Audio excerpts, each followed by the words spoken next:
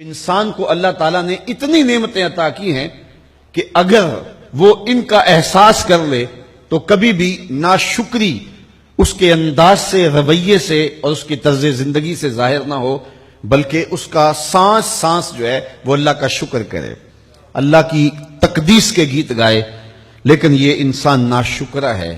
وَإِنَّهُ عَلَى ذَلِكَ لَشَهِيدٌ، اس پر اسے کوئی خارج سے گواہی کی ضرورت نہیں ہے، وہ خود اس پہ گواہ ہے۔ اسے خود پتا ہے کہ میں کتنا ناشکر ہوں۔ ذرا اندر اتر کے دیکھے تو اس نے کیا اس کی نعمتوں کا شکر ادا کیا ہے؟ اس کی کتنی بڑی نعمتیں ہیں حضرت انسان کو۔ انسان غور کرے، تدبر کرے۔ میں کئی دفعہ یہ بات بتا چکا ہوں، میرا ایک ملنے والا ہے، پیر بھائی ہے، تو اس کو مسئلہ کیا ہے کہ یہ جو منہ میں لعاب آتا ہے اس کی مقدار کم ہے۔ تو بنیادی طور پہ وہ لیکچرار ہے، تو اس نے روز جو ہے وہ طلباء کو لیکچر دینا ہوتا ہے، تو 15 منٹ نہیں بول پاتا کہ منہ خشک ہو جاتا ہے۔ اب ہم نے کبھی اس کو نعمت سمجھا؟ یہ جو منہ میں لعاب آتا ہے، ہم کہتے ہیں کہ یہ ایک مصیبت ہے، تھوکتے رہتے ہیں، لیکن اگر اس کی مقدار کم ہو تو زندگی اوکھی ہو جائے۔ یہ نظام انہضام پہ بھی اثر انداز ہوتا ہے، اور پھر اس کی بینائی بھی کمزور ہو گئی، ایک آنکھ کی بینائی تو بالکل ختم ہو گئی۔ مرض کیا ہے، مسئلہ کیا ہے؟ کون سی نعمت کم مل رہی ہے؟ پانی نہیں مل رہا، مل رہا ہے۔ آکسیجن نہیں مل رہی ہے۔ گردش خون جاری ہے۔ کمی کیا ہوئی؟ کبھی سوچا بھی نہیں ہم نے۔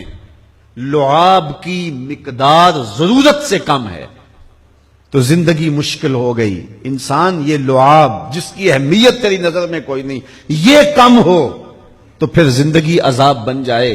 تو اللہ نے جو تجھے نعمتیں دی ہیں اگر وہ نہ ہوں تو پھر بتا زندگی کیسے گزرے۔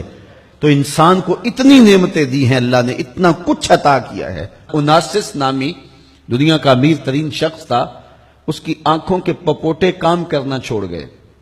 یہ آٹومیٹک سسٹم رب نے لگایا ہوا ہے، ادھر سے تنکا اڑا، ادھر آنکھ بند ہو گئی۔ اب ڈاکٹر سلوشن ٹیپ لگا کے اس کی آنکھ کھولتا تھا، اور جب سوتا تھا تو ٹیپ لگا کے بند کر دیتا تھا۔ کسی نے اس سے پوچھا کہ زندگی کی سب سے بڑی آرزو؟ کہا کاش اپنی آنکھیں اپنی مرضی سے کھول سکوں۔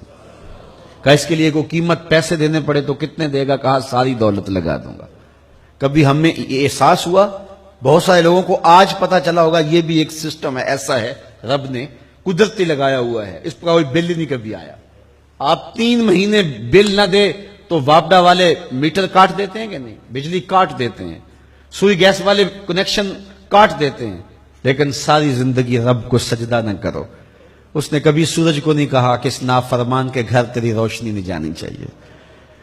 اس نے کبھی چاند کو نہیں کہا کہ تیری چاندنی اس کے آنگن میں نہیں جانی چاہیے۔ جس طرح با یزید کے گھر میں سورج کی کرنیں جاتی ہیں، اس نافرمان کے گھر میں بھی ایسے ہی جاتی ہیں۔ تو انسان کو اللہ نے بڑا کچھ دیا، لیکن یہ اس کے باوجود ناسپاس ہے، ناشکر گزار ہے۔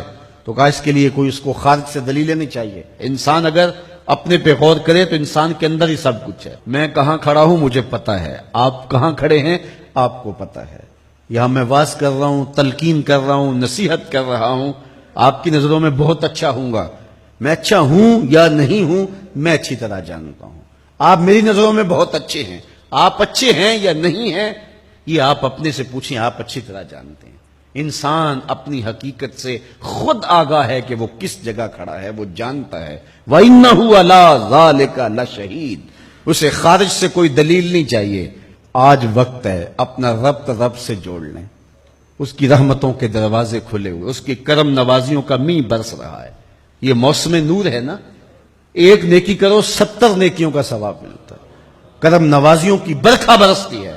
وہ ایک فقیر تھا، وہ بازار میں کھڑا رو رہا تھا۔ کسی نے رک کے پوچھا، کہا بابا کیوں رو رہے ہو، کیا ہوا ہے تمہیں؟ کسی نے مارا ہے، تنگ کیا ہے، بھوک کی شدت ہے، کیا ماجرا ہے؟ کہا نہ بابا یہ میرے مسئلے نہیں ہیں۔ کہا پھر کیوں کھڑے ہو؟ وہ مجذوب تھا، کہنے لگا میرا پروگرام بنا کے بندوں کی اور رب کی صلح کروا دوں۔ تو کہا پھر کیا ہوا؟ کہا وہ تو مانتے ہیں یہ نہیں مانتے۔ وہ تو کہتا ہے لے آئے نے میری دہلیز پہ، ایک آنسو سے سارے گناہ معاف کر دوں، لیکن یہ میری سنتے ہی نہیں ہے۔ ایسا پیار ہو گیا دنیا سے، میری بات ہی نہیں سمجھتے۔ میں انہیں سمجھاتا ہوں، آگے سے مجھے پتھر مارتے ہیں۔ میں ان کی خیر کے لیے ان کو کہانی سنا رہا ہوں، میاں یہ دنیا عارضی ہے، لیکن یہ مجھے گھور گھور کے دیکھتے ہیں۔ مجھے ان کی عقل پہ رونا آ رہا ہے وہ کہتا ہے لے آ میری چوکھٹ پہ، ابھی معاف کر دوں گا، ایک آنسو سے سارے گناہ دھو ڈالوں گا، سمندر کی جھاگ کے برابر بھی گناہ ہیں تو مٹا ڈالوں گا. لیکن یہ سمجھتے نہیں ہیں.